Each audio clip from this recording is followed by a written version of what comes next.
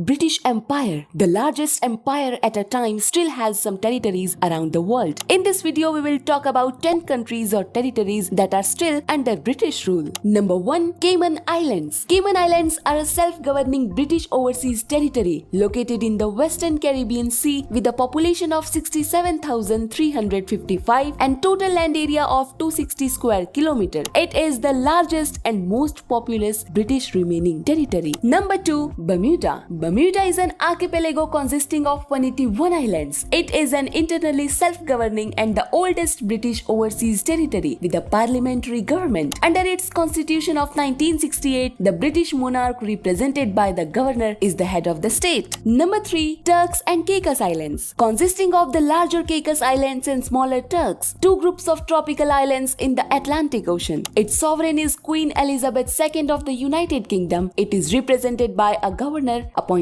by the monarch. Number 4. Gibraltar. Located at the southern tip of Iberian Peninsula, Gibraltar is a densely populated town area. It has land area of just 6.8 square kilometers and is home to over 33,000 people, known as Gibraltarians. Number 5. Falkland Islands. With a land area of 12,000 square kilometers, consisting 776 smaller islands, the Falkland Islands has internal self-governance and the United Kingdom takes responsibility of their defense and foreign affairs. Number 6. British Virgin Islands. Located to the east of Puerto Rico and the US Virgin Islands, consisting 4 main and 50 smaller islands, the British Virgin Islands has a population of over 30,000 people. Number 7. Anguilla. Lying east of Puerto Rico and Virgin Islands, the territory consists the main island of Anguilla together, with a number of much smaller islands and cays with no permanent population. Number 8. Saint Helena. Saint Helena is a remote volcanic tropical island located in the South Atlantic Ocean. The island was inhabitable when discovered in 1502, but later it was an important stopover for ships